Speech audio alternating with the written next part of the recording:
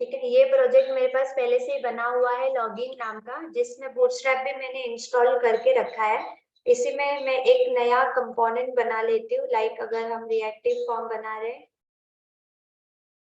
तो nggc reactive, या तो फिर फॉर्म को वही दे देते रिएक्टिव फॉर्म्स, ऐसे मैंने नेम दे दिया बस।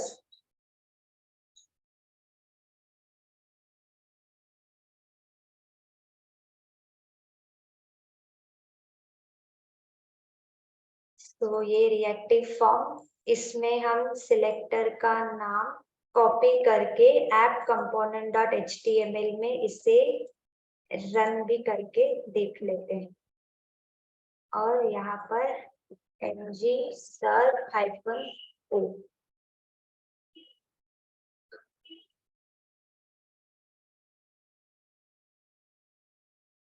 ठीक है। तो जब तक हमारा फाइल लोड हो रहा है ब्राउजर पे, तो हम यहाँ पे reactive forms डॉट html और ts का फाइल ओपन कर लेते हैं। बस ये दो फाइल्स के अंदर ही हमें काम करना है। यहाँ पर हेडिंग भी दे देती हूँ मैं, रजिस्ट्रेशन फॉर्म, ठीक है। और बूटस्ट्रैप अप्लाई है कि नहीं उसके लिए क्लास भी दे देते हैं कुछ इसमें, text primary support.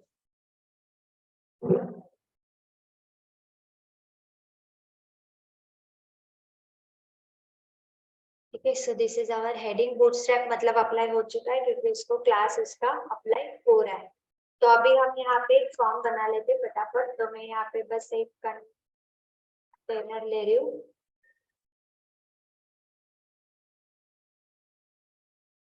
Container dot row के अंदर col-6 का कॉलम ले रहे, और उसके अंदर हम यूज करेंगे नाम फॉर्म।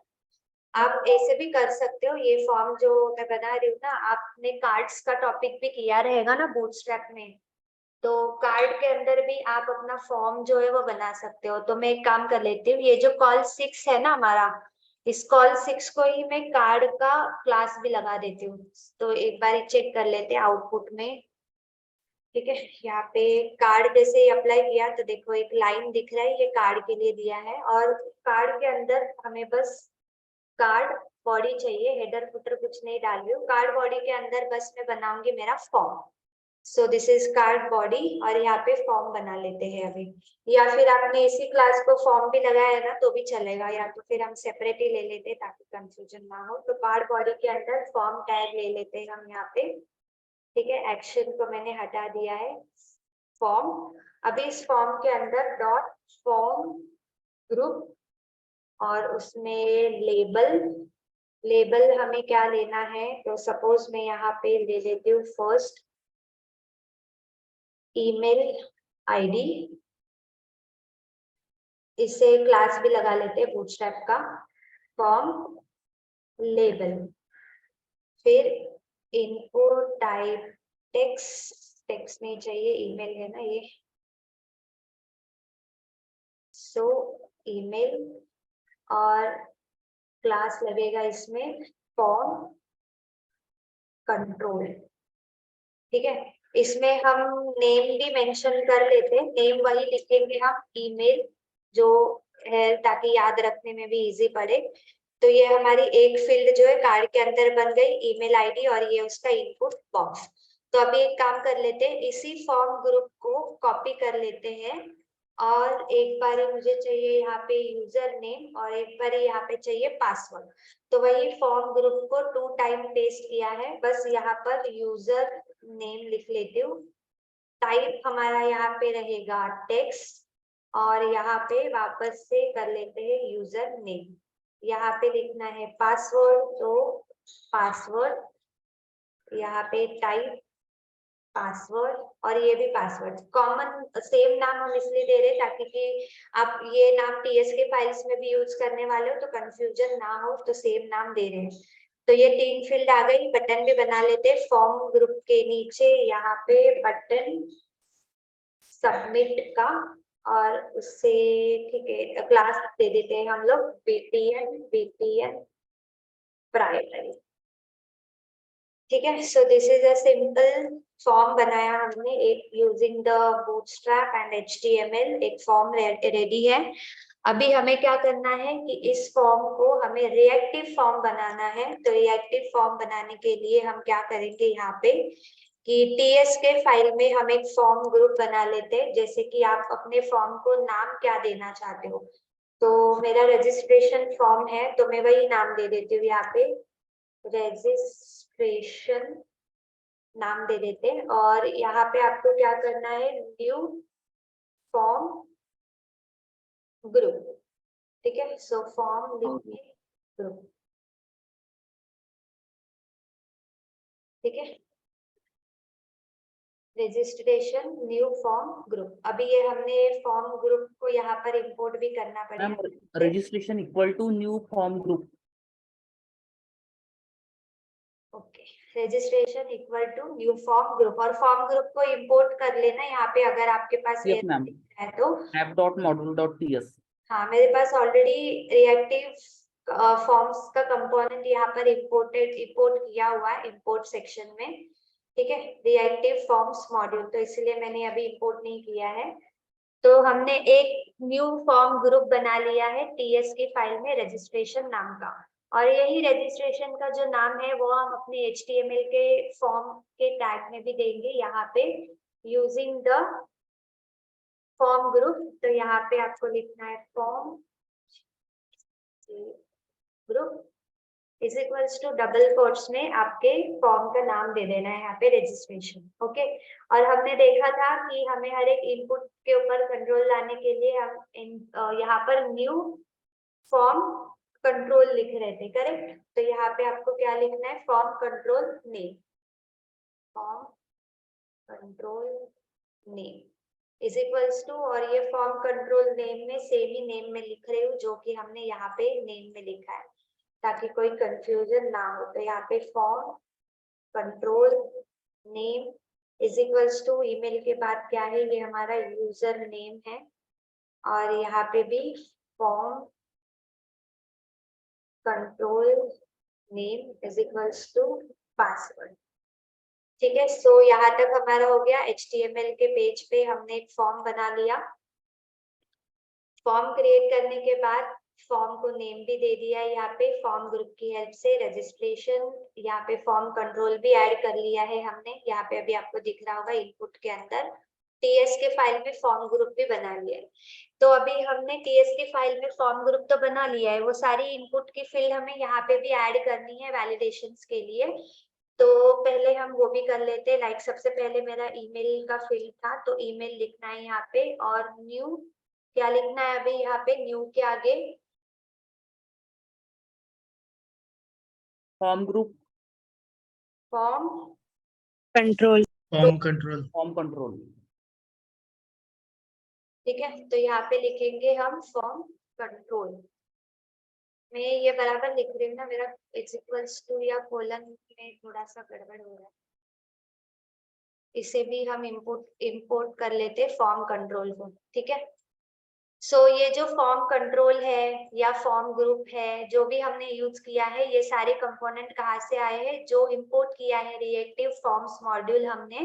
तो ये सारे फॉर्म से रिलेटेड आपको इंपोर्ट करके कंपोनेंट्स मिल रहे हैं। ठीक है, तो यहाँ पे हमने जैसे ईमेल की फील्ड ली कॉमा देके, वैसे ही हमारे पास और क्या है, यूजर नेम है। तो यूजर नेम भी ले लेते हैं यहाँ पे, न्यू फॉर्म कंट्रोल। और अभी इसमें कुछ लिखेंगे नहीं, कॉमा और क्या है, ईमेल यूजर और पासवर्ड। ये नेम आपको सेम वैसे ही लिखना है जैसे आपने वहां पे फॉर्म कंट्रोल नेम में लिखा है, फॉर्म कंट्रोल, दैट्स इट। तो यहाँ तक हो गया। अभी हमें बस क्या करना है कि डेटा सबमिट जब आप करोगे तो सबमिट के लिए एक फंक्शन बना लेते हैं यहाँ पे, उसको नाम में सबमिट डेटा ही दे देती हूँ। जो भी आपको नाम देना है फंक्शन को दे सकते हो। और ये डेटा सबमिट करना है हमें console.log में। कौन सा डेटा सबमिट करने वाले, जो ये रजिस्ट्रेशन फॉर्म में आने वाला है वो। तो यहाँ पे बस रजिस्ट्रेशन को ले लेना है कंसोल में। अब ये सबमिट डेटा को बाइंड कर लेते हैं हम अपने बटन के ऊपर, जो बटन हमने यहाँ पे बनाया है। तो बाइंड करेंगे using the click event is equals to double quotes में फंक्शन का नाम लिखना है और पैरेंथेसिस ओपन क्लोज। ठीक है, तो यहाँ तक हमारा सब हो गया परफेक्टली। एक बार चेक कर लेते हैं अभी F12।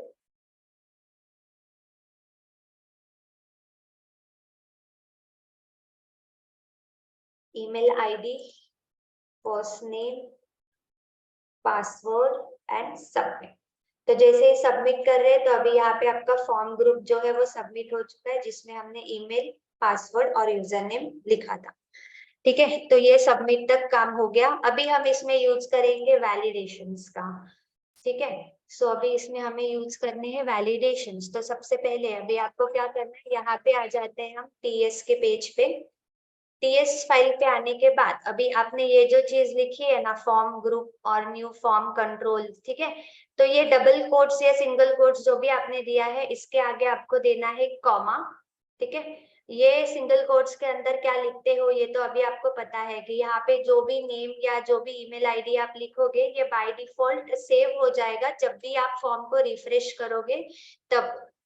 ठीक है, तो अभी ये ईमेल आईडी है, तो ईमेल आईडी के अंदर मैंने साई लिखा है, तो पहले से ही ये साई सेट हो चुका है, तो इसलिए हम इसके अंदर अभी कुछ लिखने नहीं वाले हैं। ईमेल के लिए आपको वैलिडेशन सेट करना है। ठीक है, ईमेल के लिए हमें क्या करना है, वैलिडेशन देना है। तो यहाँ पर आप कॉमा दे दो। कॉमा देने के बाद यहाँ पर हम यूज करेंगे वैलिडेटर्स का, वैलिडेटर्स। नाउ ये वैलिडेटर्स भी जो है ना, ये आपको फॉर्म मॉड्यूल से इंपोर्ट करना पड़ेगा यहाँ पे। ठीक है, ये चीज भी हमें यहाँ पर फॉर्म मॉड्यूल से इंपोर्ट करनी पड़ेगी। तो अगर आप डायरेक्टली, वैसे तो यहाँ पे सजेशन आ जाता है आपके पास, या तो फिर आप मैन्युअली भी कर सकते हो, यहाँ पे कॉमा देके वैलिडेटर्स, यहाँ पे दिख रहा है वैलिडेटर्स, इसे भी अगर आप इंपोर्ट कर लोगे यहाँ पे, तो नाउ कॉमा देने के बाद देखो, तो ये वैलिडेटर्स आपको यहाँ पे अभी इम्प्लीमेंट करके आ जाएगा। सो अभी मुझे क्या करना है, वैलिडेटर्स लिखने के बाद आप डॉट का साइन दो, और सपोज मुझे करना है इस फील्ड को रिक्वायर्ड। ठीक है, रिक्वायर्ड करना है। अभी किसके अंदर किया है हमने, ईमेल के अंदर बस हमने वैलिडेटर ऐड किया है रिक्वायर्ड का। It means this field is compulsory, आपको फॉर्म सबमिट करने से पहले ये फील्ड को फिल करना जरूरी है। ठीक है, तो अभी हम एक काम कर लेते हैं, हम बटन को भी डिसेबल्ड कर लेते हैं। डिसेबल्ड करना कैसे है ये आपको पता है, यहाँ पर आ जाते हैं बटन के ऊपर, ये आपका बटन टैग है। तो यहाँ पे मैं डिसेबल्ड, और डिसेबल्ड को हमें क्या करना है, बाइंड करना है, इज इक्वल्स टू हमारे फॉर्म का नाम क्या है, रजिस्ट्रेशन डॉट इनवैलिड। अभी ये हमने किया था, ये रजिस्ट्रेशन फॉर्म अगर इनवैलिड होगा तो आपका बटन क्या हो जाएगा, डिसेबल्ड हो जाएगा। तो देखो अभी ये बटन आपका डिसेबल्ड है। डिसेबल्ड क्यों है, हमने कोई भी फील्ड को फिल नहीं करा है। अब जैसे ही आप ईमेल आईडी में कुछ भी लिखोगे तो ये एक्टिव हो जाएगा, बिकॉज आपने सिर्फ ईमेल आईडी को ही वैलिडेशन रिक्वायर्ड कहा है, यूजर नेम और पासवर्ड को नहीं। अगर आप यूजर नेम और पासवर्ड को भी वैलिडेटर रिक्वायर्ड सेट करोगे, तो जब तक आप यूजर नेम और पासवर्ड नहीं भरोगे तब तक के लिए आपका ये सबमिट नहीं खुलेगा। ठीक है, तो ये बटन को डिसेबल करो। सारे के सारे वैलिडेशंस अभी हम ये टीएस की फाइल में ही ऐड करने वाले हैं। एज लाइक जैसे रिक्वायर्ड है वैसे ही आपके पास और भी वैलिडेशंस अवेलेबल है। तो ईमेल के लिए तो मैंने सिर्फ यहाँ पर सेट किया है, सपोज वैलिडेटर रिक्वायर्ड की से लिखना जरूरी है। लेकिन देखो अभी यहाँ पर सपोज रिफ्रेश कर लेते एक बार फॉर्म को।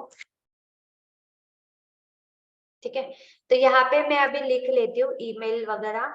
लिखने पर ये डायरेक्टली ये सबमिट का बटन आपको दिख रहा होगा, अनेबल तो हो रहा है, मतलब मैं ये सबमिट भी कर दूंगी ना, तो देखो ये डेटा भी सबमिट करके ले रहा है। यहाँ पे आपका ईमेल दिख रहा है आपको, email, but this is not a correct format. Email हम लोग इस तरह से नहीं लिखते हैं ना, हम लोग @gmail.com के साथ ईमेल लिखते हैं।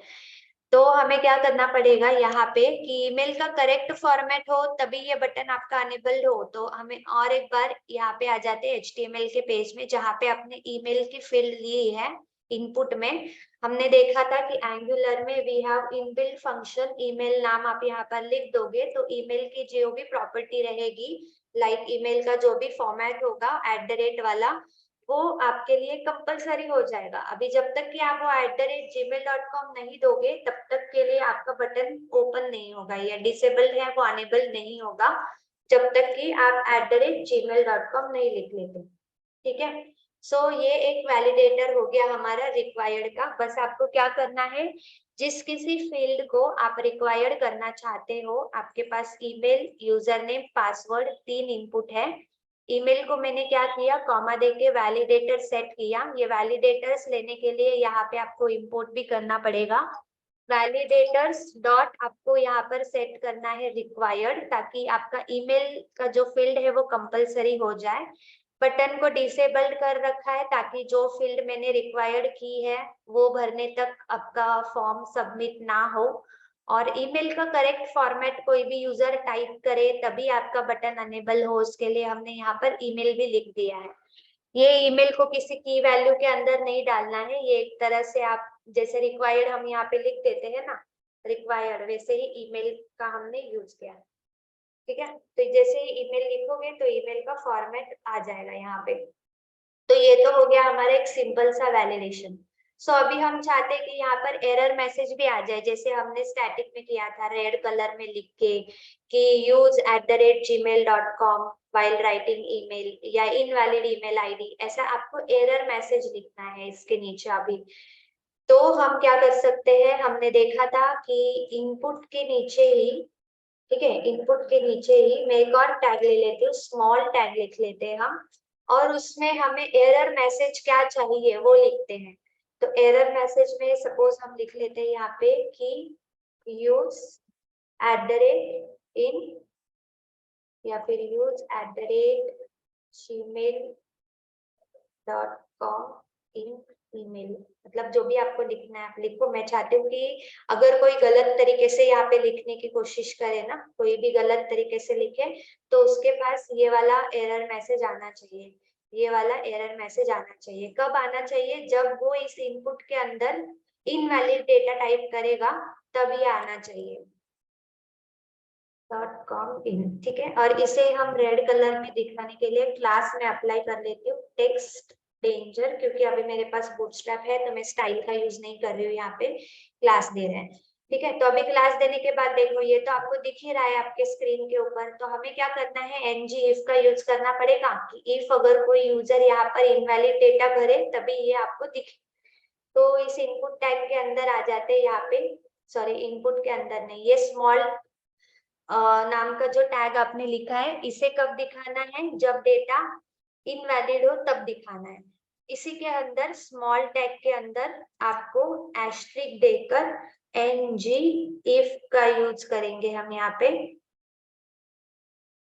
ठीक है, ng if is equals to, now see इसमें थोड़ा सा फॉर्मेट अलग होगा, जो आपने स्टैटिक फॉर्म में किया था सेम वैसे हमें यहाँ पे अप्लाई नहीं करना है। रिएक्टिव फॉर्म के लिए थोड़ा फॉर्मेट अलग रहेगा। तो आपको लिखना है ng if is equals to, आपके फॉर्म का नाम क्या है, रजिस्ट्रेशन। ठीक है, रजिस्ट्रेशन फॉर्म का नाम लेना है यहाँ पे डॉट गेट, मतलब अभी वो रजिस्ट्रेशन फॉर्म के अंदर की वैल्यू को गेट करेगा, ये गेट फंक्शन डॉट गेट, और ये डॉट गेट ही लिखना है आपको, मतलब आपके फॉर्म का नाम लिखो डॉट गेट ब्रैकेट ओपन, और इस ब्रैकेट के अंदर आपको सिंगल कोड देके आपने ये जो फॉर्म कंट्रोल नेम यहाँ पे लिखा है ना, ये फॉर्म कंट्रोल नेम क्या है, ईमेल, यही फॉर्म कंट्रोल का नेम आपको यहाँ पर प्रोवाइड करना है। मतलब रजिस्ट्रेशन फॉर्म के अंदर ईमेल के अंदर जो भी डेटा डाला जाएगा उसे ये गेट करेगा, और यहाँ पर आपको क्वेश्चन मार्क देना है कि अगर डॉट वो डेटा आपका इनवैलिड हो जाए।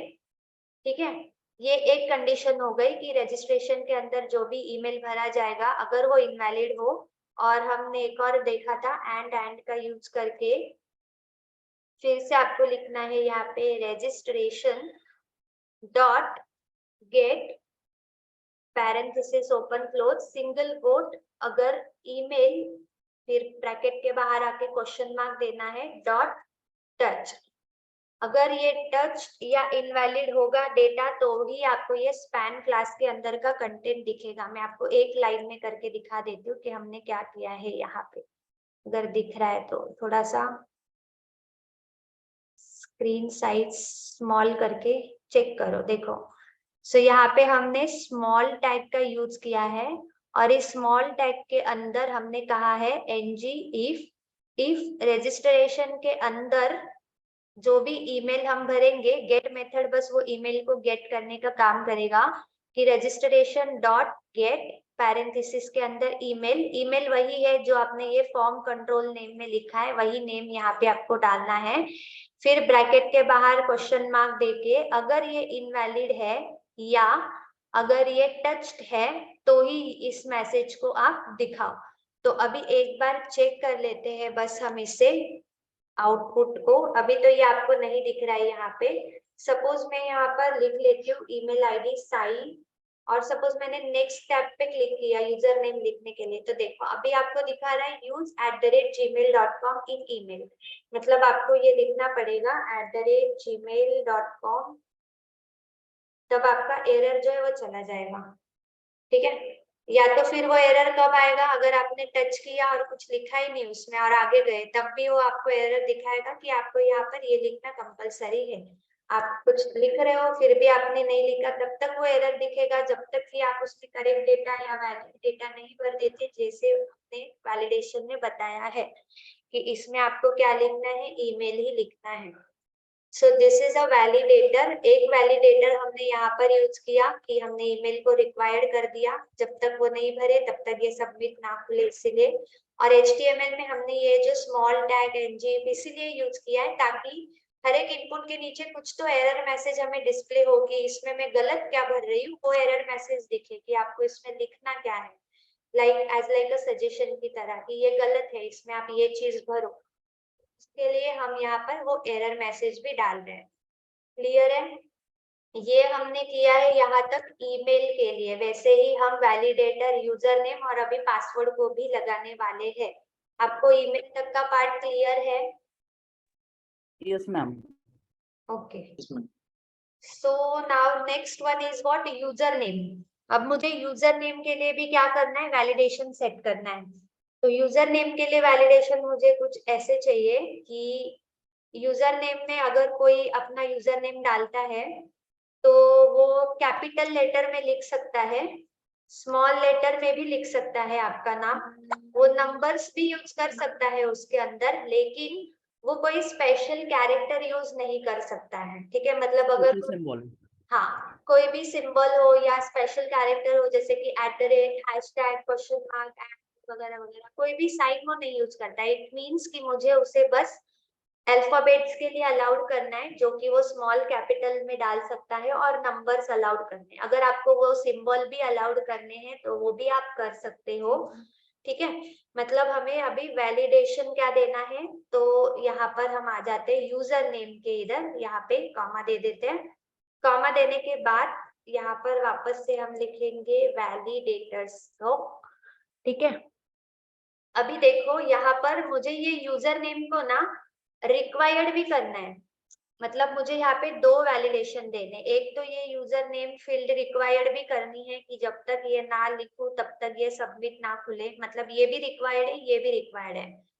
और एक वैलिडेशन मुझे वो भी देना है पैटर्न का, पैटर्न यानी कि अगर इस पैटर्न में आप यूजर नेम लिख रहे हो तो ही आपका सबमिट का बटन खुलेगा। मतलब आई वांट 2 वैलिडेशंस हियर, एक मुझे रिक्वायर्ड का वैलिडेशन देना है और एक हमें पैटर्न का वैलिडेशन देना है। तो जब आप मल्टीपल वैलिडेशंस को देना चाहते हो तब आपको यहाँ पर एरे ब्रैकेट का यूज करना पड़ेगा। ठीक है, देखो ऊपर वाले में मैंने क्या किया है, कॉमा देके डायरेक्टली वैलिडेटर्स दिखाए, मुझे बस उसमें एक ही रिक्वायर्ड करना था वहां पे। ठीक है, अभी Ma'am, sound. हॅलो, कोणाचा तरी माईक ऑन असेल तर त्यांनी बंद करा, माझ्या इथे तर क्लिअर आहे। Ma'am, sound तुमच्या कमी येत आहे आवाज. कमी कसा काय येत आहे? तुझ्या इथे बघ काही इश्यू असेल तर नेटवर्कचा, बिकॉज मी तर प्रॉपर वायफाय मध्ये आणि व्हॉइस वगैरे सर्व ओके आहे। ठीक आहे. सो आपण बघूयात आता की आपण हमने ईमेल में क्या किया था, एक ही वैलिडेशन डालना था, इसलिए मैंने कुछ किया नहीं. यहाँ पे मुझे मल्टीपल वैलिडेशंस अगर देने होंगे, यानी आपको एक साथ 2 वैलिडेशन देने हैं, then you have to use array bracket. अब इस एरे ब्रैकेट के अंदर आप यूज करो वैलिडेटर्स डॉट रिक्वायर्ड, की पहली चीज तो मुझे इसे रिक्वायर्ड करना है, कॉमा फिर से वैलिडेटर्स डॉट, और मुझे यहाँ पर पैटर्न भी डालना है. सी अभी ये पैटर्न जो है ना, ये एक फंक्शन है हमारे पास एंगुलर में, ये पैटर्न एक फंक्शन है, तो आपको यहाँ पर पैरेंथेसिस ओपन क्लोज करनी, ठीक है. एरे ब्रैकेट का यूज मैंने क्यों किया, because I want to apply multiple validations. मुझे ये वैलिडेटर एक से ज्यादा चाहिए थे, that is why we write array bracket validators dot required. अब ये फील्ड रिक्वायर्ड भी हो चुकी है, कॉमा सेकेंड वैलिडेशन मुझे देना था validators dot pattern, pattern set करना है. अब इस पैरेंथेसिस के अंदर आ जाते हैं. इस पैरेंथेसिस के अंदर आने के बाद सिंगल कोट, और फिर से आपको एरे ब्रैकेट यूज करना है, क्योंकि अगेन मुझे उसे अलाउड करना है कि वो A to Z जो है वो कैपिटल में भी लिख सकता है, या A to Z वो स्मॉल में भी लिख सकता है, और 0 to 9 यानी कि वो नंबर भी लिख सकता है यहाँ पे. तो इसीलिए हमने पैरेंथेसिस के अंदर सिंगल कोड देके वापस से एक एरे ब्रैकेट बनाया, क्योंकि अगेन मुझे यहाँ पे मल्टीपल पैटर्न्स देने थे इसीलिए. तो now this A to Z it means कि आप कैपिटल लेटर लिख सकते हो. ये A to Z का मतलब कि आप स्मॉल लेटर भी लिख सकते हो जब आप यूजर नेम क्रिएट कर रहे हो. ये 0 to 9 यानी कि आप 1 से लेके 0 तक आपके पास जितने नंबर है उनका यूज करके कोई भी नंबर लिख सकते हो. और अगर आप चाहते हो कि आप @ को भी यहाँ पर मेंशन करो, इट मीन्स कि @ भी अगर आप लिखोगे ना यूजर नेम बनाने के टाइम पे, तो भी वो वैलिड होगा. बट अगर आपको नहीं देना है, सपोज यूजर नेम यानी बस वो आप अपना नाम लिख सकते हो, तो मैं यहाँ पे लिख देती हूँ इतना ही. अगर आपको इतना ही लिखना है, या फिर आप दे सकते हो, आपकी मर्जी के ऊपर है. इसी लाइक दिस स्पेस देके आप दे सकते हो जो भी आपको सिंबल चाहिए होगा उसके अंदर. मुझे यहाँ पे नहीं देना है तो मैं नहीं दे रही हूँ. एंड वन थिंग कि मैं अभी चाहती हूँ कि मैंने जो भी ये एरे ब्रैकेट के अंदर लिखा है ना, ये पैटर्न, इस इतना ही पैटर्न कोई भी यूजर डाल सकता है, यानी इस एरे ब्रैकेट के अंदर का ही डेटा आपको लिखना है, इसके बाहर का नहीं लिखना है. तो इसके लिए हमें क्या करना है, ये एरे ब्रैकेट के बाहर बस प्लस देकर डॉलर का साइन देना है. This plus and dollar means कि इस एरे में मैंने जो लिखा है वही चीज इस यूजर नेम के अंदर आपको इम्प्लीमेंट करनी है और कुछ नहीं. ठीक है, तो ये हो गया हमारा यूजर नेम का वैलिडेटर, कि मैंने यहाँ पे इस फील्ड को रिक्वायर्ड भी कर दिया है, और मैंने वैलिडेटर पैटर्न का यूज करके यहाँ पर स्क्वायर ब्रैकेट लिया मैंने सबसे पहले. देखो मैं एक बार वापस से दिखा देती हूँ, चाहिए तो यहाँ से यहाँ तक. ठीक है, ये वैलिडेटर्स तक तो सब लोगों ने कर लिया था पहले से ही. तो यहाँ पे एक बार और validators dot pattern parenthesis open close single tick देके हमने फिर एक एरे ब्रैकेट खोला यहाँ पे, और हम चाहते कि यहाँ पर A to Z small A to Z और 0 to 9 तक का कोई भी आप नंबर या अल्फाबेट लिख सकते हो, प्लस डॉलर, ताकि इस एरे ब्रैकेट के अंदर के ही पैटर्न आप यूज कर सको. तो ये यूजर नेम के लिए हो गया. तो अभी HTML में आ जाते हैं, और जैसे हमने एरर मैसेज ईमेल के लिए लिखा था, वैसे ही एक एरर मैसेज यूजर नेम के लिए भी लिख लेते हैं. तो यहाँ पे फिर से we are using small tag, और यहाँ पर मैं लिख लेती हूँ एंटर वैलिड नेम. जो भी मैसेज आपको लिखना है आप लिख सकते हो. इसे भी हम क्लास अप्लाई कर लेते हैं टेक्स्ट डेंजर करके. ठीक है, एंड नाउ यहाँ पे भी हमें दिखाना है ng if का यूज करके कि ये कब डिस्प्ले होना चाहिए. यहाँ पे वापस आपके फॉर्म का नाम आएगा registration dot gate, same method जो ऊपर लिया है, कि इधर अगर यूजर नेम हो, मतलब अगर यूजर नेम डॉट इनवैलिड होगा तब भी वो दिखेगा. एंड फिर से एक बार और आपको लेना है यहाँ पे registration dot get parenthesis open single tick में, अगर ये यूजर नेम पैरेंथेसिस के बाहर आके क्वेश्चन मार्क डॉट सिर्फ आपने टच करके छोड़ा होगा तब ये आना चाहिए. सो लेट्स चेक, एक बार चेक कर लेते। ईमेल आईडी मुझे sai@gmail.com ही लिखना पड़ेगा कंपलसरी। देखो अभी ये सबमिट का बटन अनेबल नहीं हुआ है क्योंकि यूजर नेम भी मेरा कंपलसरी है लिखना। अब मैं यूजर नेम लिख लेती हूँ। यहाँ पे मैं क्या क्या लिख सकती हूँ, मैं कैपिटल लेटर लिख सकती हूँ, स्मॉल लिख सकती हूँ और मैं नंबर यूज कर सकती हूँ यहाँ पे, ठीक है। बट अगर मैंने यहाँ पे इस तरह से कुछ डालने की कोशिश की @0, ये अभी सेट नहीं हुआ क्या, एक बार हाँ। सो अभी आ रहा है, देखो एक बार वापस से रिफ्रेश करके या आउटसाइड क्लिक करके चेक कर लेना। सो अभी यहाँ पर जैसे हम डालेंगे तो ये इंटर वैलिड नेम बता रहा है, मतलब कि ये वैलिड नहीं है। में नहीं लिख सकती हूँ, नंबर लिख सकती हूँ या दूसरा कोई भी साइन में यहाँ पे यूज करूंगी तो वो डायरेक्टली इनवैलिड ही बताएगा यहाँ पे, मतलब वैलिड नहीं बताएगा। और ये बटन भी नहीं ओपन हो रहा है, देखो जैसे इसे मैं हटा दूंगी तो ये बटन खुल रहा है, बट जैसे मैं यहाँ पे कोई सिंबल डालूंगी तो ये वापस हाइड हो गया, बिकॉज ये डेटा वैलिड नहीं है जो आप भर रहे हो, तो वो सबमिट भी नहीं करेगा। मतलब यूजर सिर्फ वैलिड डेटा लिखे और तभी वो सबमिट हो, अननेसेसरली डेटा सबमिट करता जाएगा तो डेटाबेस में मेरा ब्लैंक फील्ड ऐड होता जाएगा।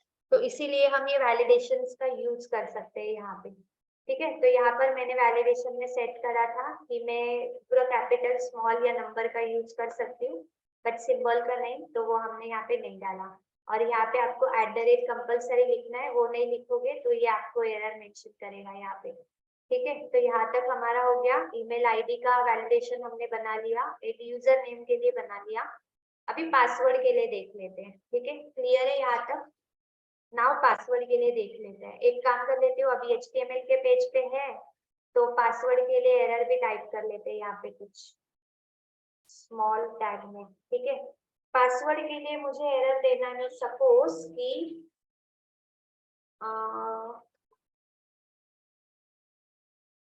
Maximum 8 character. हाँ ऐसे लिख देते हो यार, तो बहुत लंबी लाइन हो जाएगी। मैक्सिमम 8 कैरेक्टर, ठीक है। ये एरर मैसेज हम दे देते हैं यहाँ पे और इसे हम क्लास टेक्स्ट डेंजर, अभी यहाँ पे फिर से यूज करेंगे *ng if is equals to registration dot get parenthesis में इस फील्ड का नाम क्या है, फॉर्म कंट्रोल का नाम पासवर्ड है, तो यहाँ पे पासवर्ड लेना है आपको। क्वेश्चन मार्क डॉट, अगर ये इनवैलिड हुआ तो ये वो डिस्प्ले होगा एरर मैसेज, एंड और कब डिस्प्ले होगा, टच करने के बाद। तो यही लाइन रिपीट करेंगे, रजिस्ट्रेशन डॉट गेट पैरेंथेसिस और यहाँ पे फिर से लिखेंगे हम पासवर्ड और क्वेश्चन मार्क देके डॉट टच, ठीक है। तो एक बार चेक कर लेते, क्लिक करके बाहर मैंने क्लिक किया, इसे भी हम रिक्वायर्ड कर लेते क्योंकि ये सबमिट का बटन नहीं खुल रहा है ना तब तक, मतलब अभी ये तो करेक्ट करना पड़ेगा तभी खुलेगा, ठीक है। और इसे क्लिक करके देख लेते हैं, ठीक है। तो इसमें भी अभी हम वैलिडेशन सेट कर लेते, सबसे पहले एक बार चेक कर लेते बराबर लिखा है registration dot gate password invalid and registration dot gate password, बराबर है ना स्पेलिंग, ठीक है। सो ये हो गया। अभी इसमें मैंने वैलिडेटर डाला ही नहीं है अभी तक कि ये वैलिड हो या ना हो, तो इसमें भी हम कर लेते हैं। सो अगेन कॉमा देके अभी इसमें रिक्वायर्ड भी करना है इसे मुझे, और मुझे इसमें लेंथ भी प्रोवाइड करना है इसका कि मिनिमम 8 कैरेक्टर का पासवर्ड तो होना ही चाहिए आपका ऐसे। तो यहाँ पे फिर से एरे ब्रैकेट का यूज करेंगे बिकॉज हम मल्टीपल वैलिडेशंस देना चाहते हैं।